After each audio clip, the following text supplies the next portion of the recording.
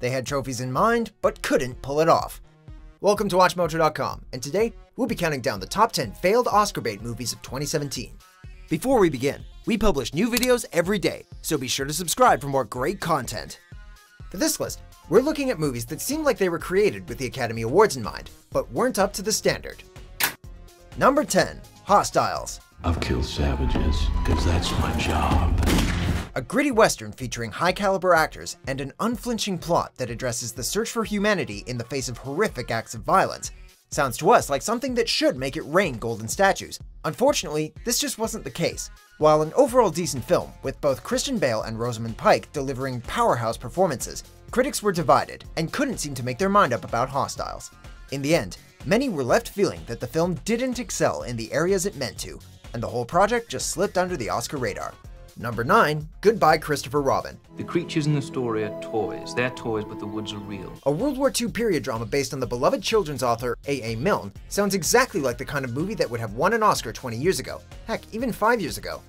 Added to the film's prestige is that up-and-coming A-listers Domhnall Gleeson and Margot Robbie star in the awards vehicle. Life is full of frightful things. The great thing is to find something to be happy about. But despite the fact that the movie tells the story of the creation of Winnie the Pooh, as well as depicts the psychological toll of war, the movie just seemed completely middle-brow, neither here nor there in terms of its identity. Did you get it? Sorry. Number 8. Breathe. What are we waiting for? We're not sure if anyone in the Academy even heard of this film, let alone saw it.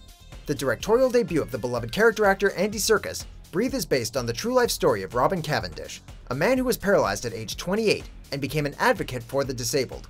With a strong cast including Andrew Garfield and Golden Globe-winning Claire Foy, the movie is exactly in the same vein as past winners, but it seems like a traditional, well-told story might not have been enough to catch the voters' attention in a year where more unconventional movies made a splash. There must be something I can do to make things more bearable.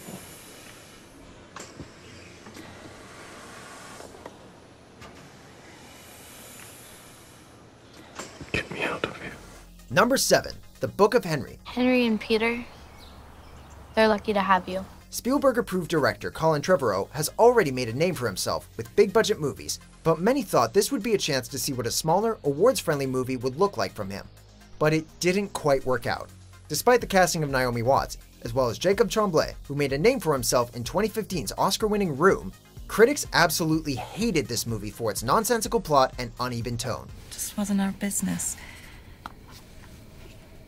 I think when someone hurts someone else, I think it is our business. It bombed at the box office and received a very low score on Rotten Tomatoes, effectively sinking any chance it had at Oscar's glory. Come on, I have Henry.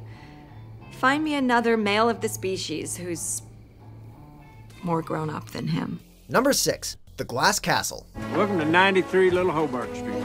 The Academy often loves to reward films based on real people, especially when their story is as heart-wrenching as the memoir Jeanette Walls wrote about her childhood growing up in poverty with unstable parents. Add in Academy Award favorites Brie Larson, Naomi Watts, and Woody Harrelson, and the film seemed like a sure thing for Oscar nods. But while the movie received praise for the performances of Larson and Harrelson, many critics thought the film's sanitized version of the events and general deviation from the book was unsatisfying, which probably explains the strong performances being overlooked. When did you lose your sense of adventure? Number 5. Wonderstruck. Was my dad an astronomer?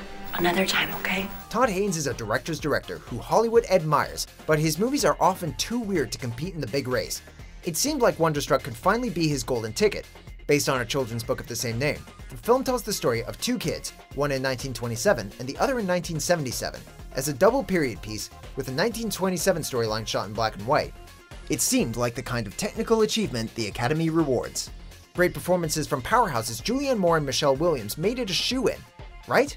But the movie came and went with little fanfare. As screenwriter William Goldman once noted to Hollywood, nobody knows anything. How do you know my name? Number 4. Wonder Wheel. Excuse me, do you know if Jenny's here? I'm Jenny. In the face of the negative social feedback actors are starting to face for working with Woody Allen, it makes perfect sense that the Academy might want to stay away from him. And also, maybe it just wasn't that good. With a Rotten Tomatoes score in the low 30s, the general consensus was that despite the casting of good actors like Oscar winner Kate Winslet and Jim Belushi in a fun period setting, the film didn't capture the same magic as Allen's last Oscar-winning movie, Blue Jasmine. Many felt the movie's plot didn't amount to much of anything. And, While it looked great, it was altogether pretty forgettable. Don't you think you're being a little melodramatic? Number 3, The Greatest Showman. Ladies and gents, this is the moment you've waited for. Oscar voters generally loved movies that shed light on complicated historical figures, but The Greatest Showman did not go that route with P.T. Barnum.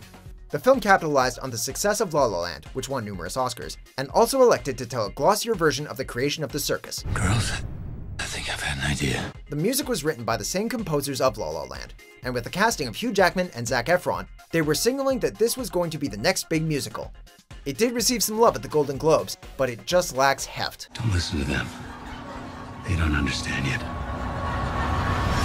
But they will. Number 2, Downsizing. Are you ready, Doctor? Yes, I'm ready. Director Alexander Payne is no stranger to the Oscars, so it's quite a surprise that this star-studded vehicle didn't make an impact at nominations time. With a stacked cast including Matt Damon, Kristen Wiig, Laura Dern, and Christoph Waltz, and high-concept social satire about shrinking humans, it seemed like a good bet. But the movie was pretty much dead on arrival, after the initial critic consensus seemed to be that it didn't deliver on its premise, and that the mixing of genres wasn't a success, in addition to some issues with the portrayal of non-white characters. Actress Hong Chau, at least, received a nomination at the Golden Globes. Oh my God. Before we unveil our number 1 pick, here are a few honorable mentions. You can't take a Muslim to Florence. I can take a Muslim wherever I like. Grateful to be your prisoner. Number 1, Suburbicon. Nikki, you need to get up. There are men in the house. This was just not the year for any Matt Damon vehicle. Directed by George Clooney and based on a script originally written by the Coen brothers, Suburbicon had all the juice behind it to make it a contender.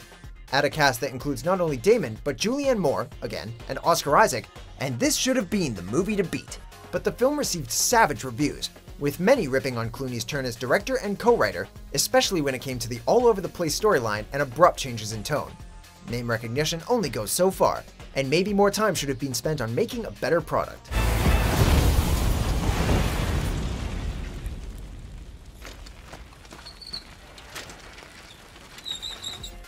Do you agree with our picks? Check out these other great clips from WatchMojo and subscribe for new videos every day.